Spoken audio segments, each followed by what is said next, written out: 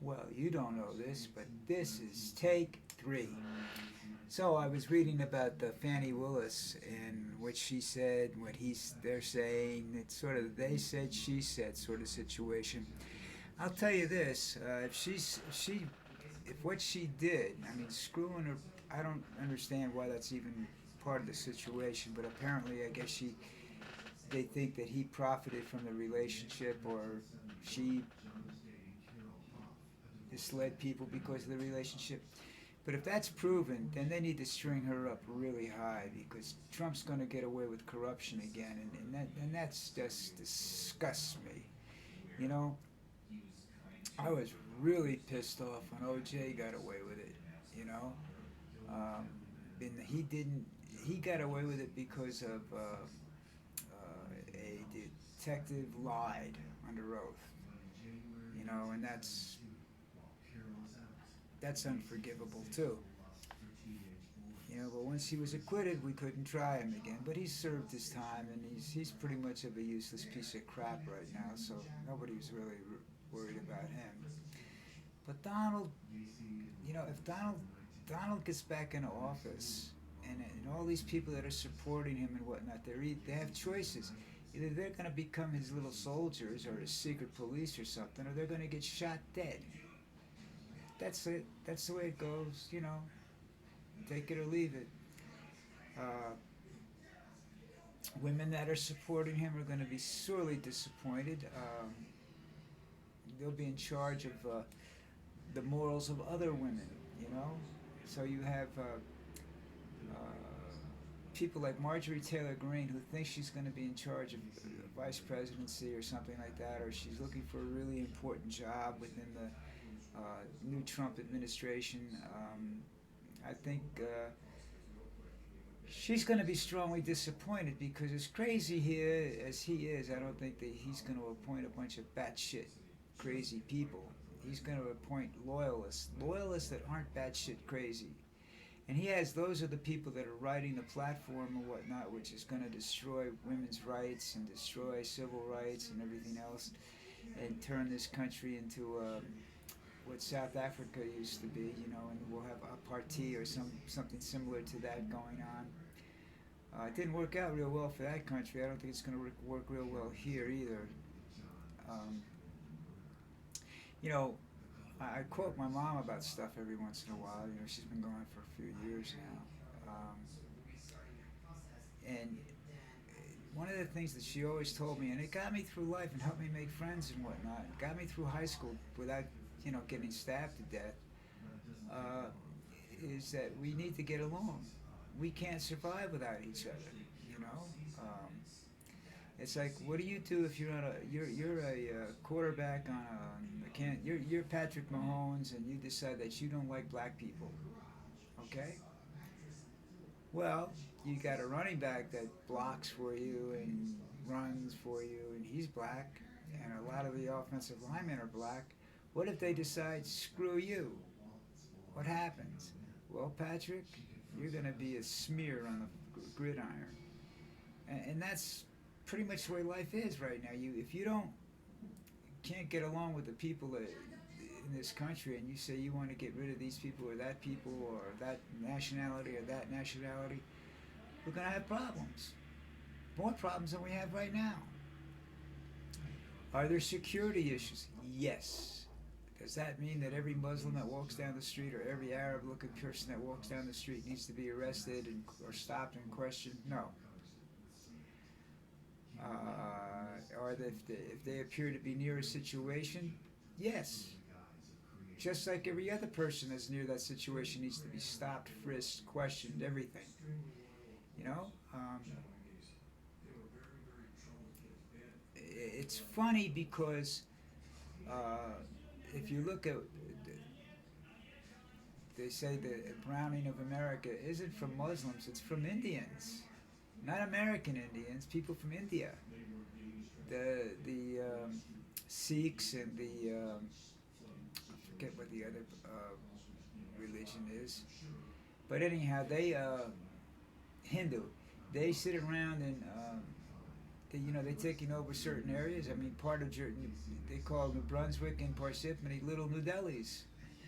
You know, in New Jersey, uh, they're in politics. They're everywhere. They're in the U.S. government. Um, they're not investigated in the same in-depth manner that people from the Mid East are, and I think it's a shame that you're singling out certain national Palestinians and whatnot. You know, there was a story I read that said that when we go from I think it was from a soldier in Afghanistan. He says for every one of these people we kill, we make 100 martyrs. And innocent people die in that war. When you fight a war like that in Afghanistan, where you're fighting in a city, innocent people die. I don't care what you say. I don't care how careful you try to be. Actual murder takes place and is written off as a friendly fire incident or an error in judgment or something like that. Um, but it's not. There's hatred involved there.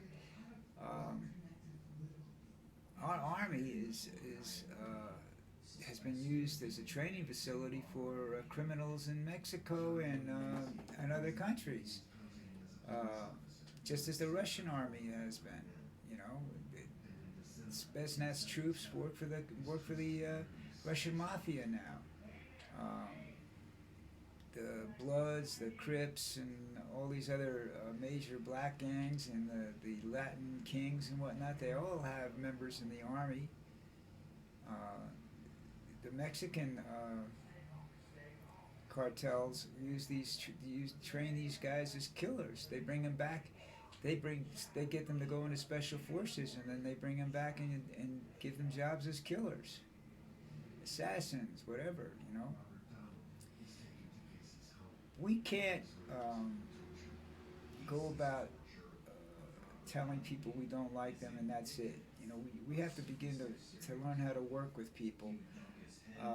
Yeah, is it hard? Yeah, I mean, there's a lot of people in government that lost people to 9/11 and into the Afghan war. Uh,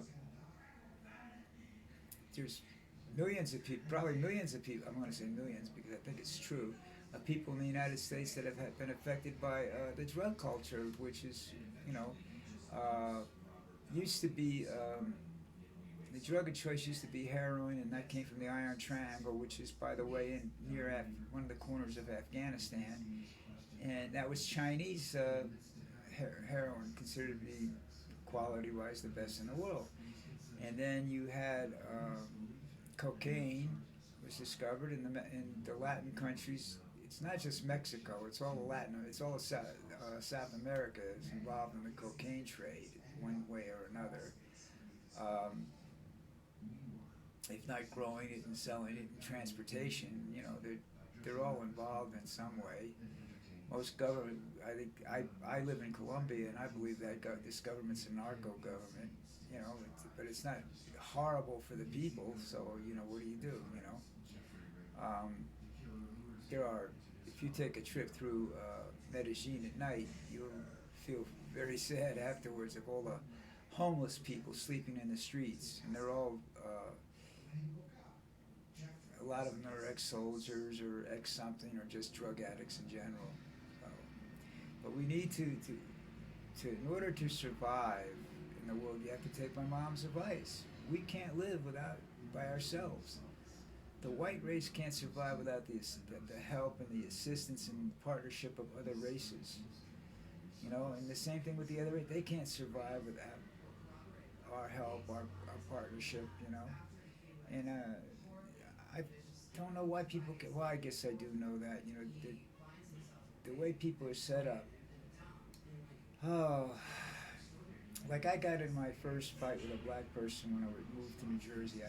When I lived on Long Island, I didn't see any black people. So I was in the 5th grade, and I was in I don't know how old that made me, but I was in the 5th grade, and I was standing out in the schoolyard, And this kid who was best, who stayed back, I think, is in kindergarten, was like 16, or I think he was 16, and I was nowhere near that, and nowhere near the athlete this guy was. He came over by me, and I said, "Yo, what's up, nigger?" And he broke my nose because I didn't know any better. That's when my mom started giving me the advice about this stuff. I became friends with this kid afterwards. You know, it wasn't easy, but I became friends with this kid afterwards, and I had no choice. I lived in a city that was predominantly black, and I was a white person. You know, and I lived on a street that supposedly had money. We didn't, but people supposedly had money. Just because Dionne Warwick lived, a block and a half away from me, and Janice Ian lived a half a block away from me. You know, so those people back then didn't have any more money than I did. All right, listen. I hope I made sense today. I'm tired, and I tend to ramble even more when I'm tired. But I'll see you tomorrow. Hey, tomorrow's Juan Martin's birthday. Hello, happy birthday. See you tomorrow.